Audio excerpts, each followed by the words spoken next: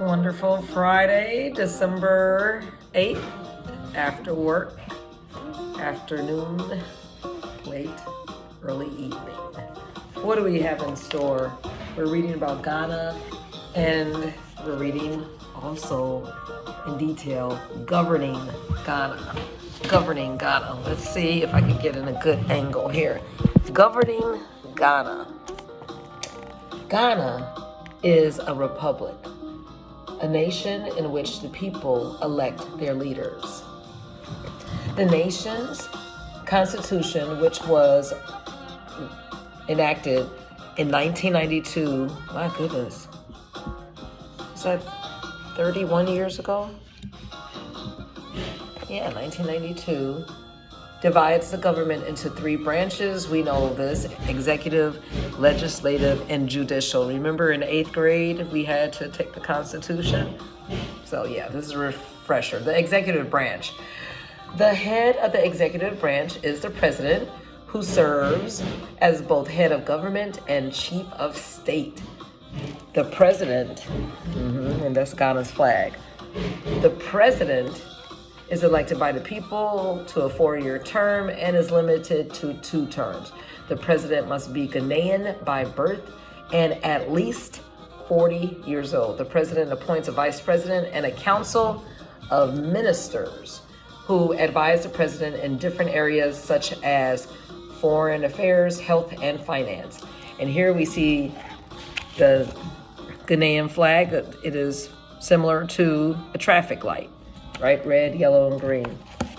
And Ghana's flag has 3 horizontal stripes of those colors, and the center of the gold stripe is a black 5-pointed star. The green represents the country's forests, the red represents the blood of those who died fighting for independence, and the gold represents the country's mineral wealth. These are the traditional colors of liberation in Africa. The star stands for African freedom, and it stands alone because Ghana was the first Black African country to become independent. That's a big deal. All right. A council of state also advises the president. It has 25 members. 11 are nominated by the president. 10 are elected from the regions, and 4 represent Ghanaian institutions such as the National House of Chiefs. All Ghanaians at least 18 years old are eligible to vote. Ghana was ruled by the military for much of its history, but today it has 5,000 people in the armed services, probably more now. This number represents a lot. Yes, it represents the smallest proportion of military service people in the population of any country in the world. So we know that there's a lot of progress and a lot of development, and so much is going on in Ghana that we need to see, we need to check out and know for ourselves. And hopefully one day you'll be able to visit, because there's so much. The legislative branch, the parliament, is Ghana's lawmaking body. It has 230 members who are elected for 4-year terms. Members debate proposed laws and usually vote along political party lines, with the party in power generally winning. A Ghanaian must be at least 21 years old to be elected to parliament.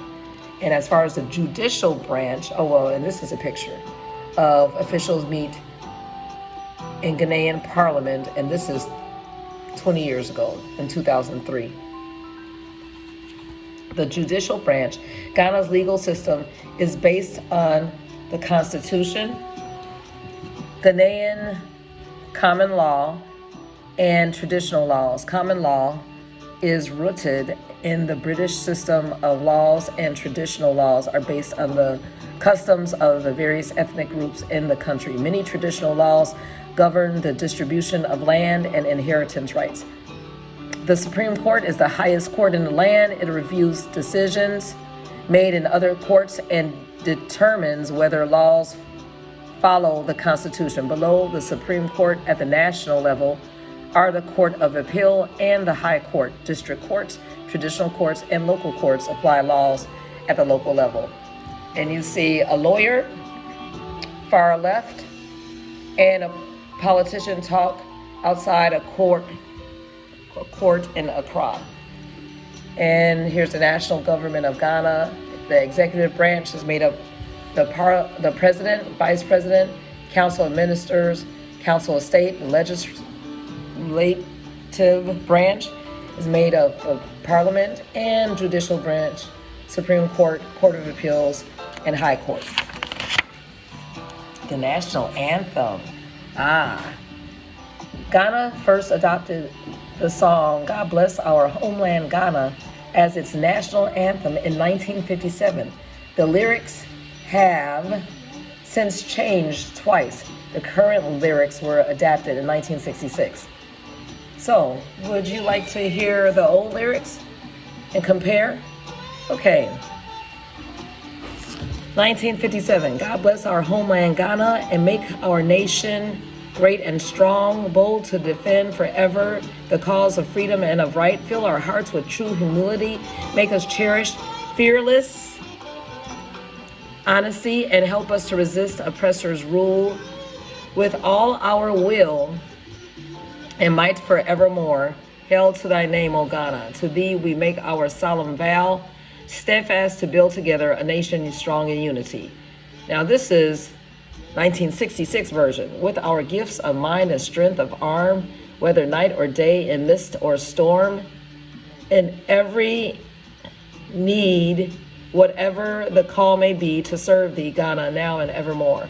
Raise high the flag of Ghana, and one with Africa advance, black star of hope and honor to all who thirst for liberty. Where the banner freely flies, may the way to freedom truly lie. Arise, arise, O sons of Ghana land, and under God march on forevermore. The local government in Ghana is divided into 10 administrative regions to carry out the laws. Each region is divided into 100 districts. Each district is subdivided into town councils, some councils, and so on, until they reach the level of unit committees. This brings some form of law to every person in the country. Local governments are responsible for the development of their towns and villages. They decide on ways to raise funds through taxes. The councils organize yearly meetings of the people under their rule to discuss economic development. And the role of chiefs. I remember going to a village and meeting a chief. So powerful. Ghana tries to honor the ways different ethnic groups govern themselves in the past. The system of chiefs, for example, governed communities for centuries, long before Ghana became a nation. Local chiefs continue to guide the lives of people in rural areas of Ghana.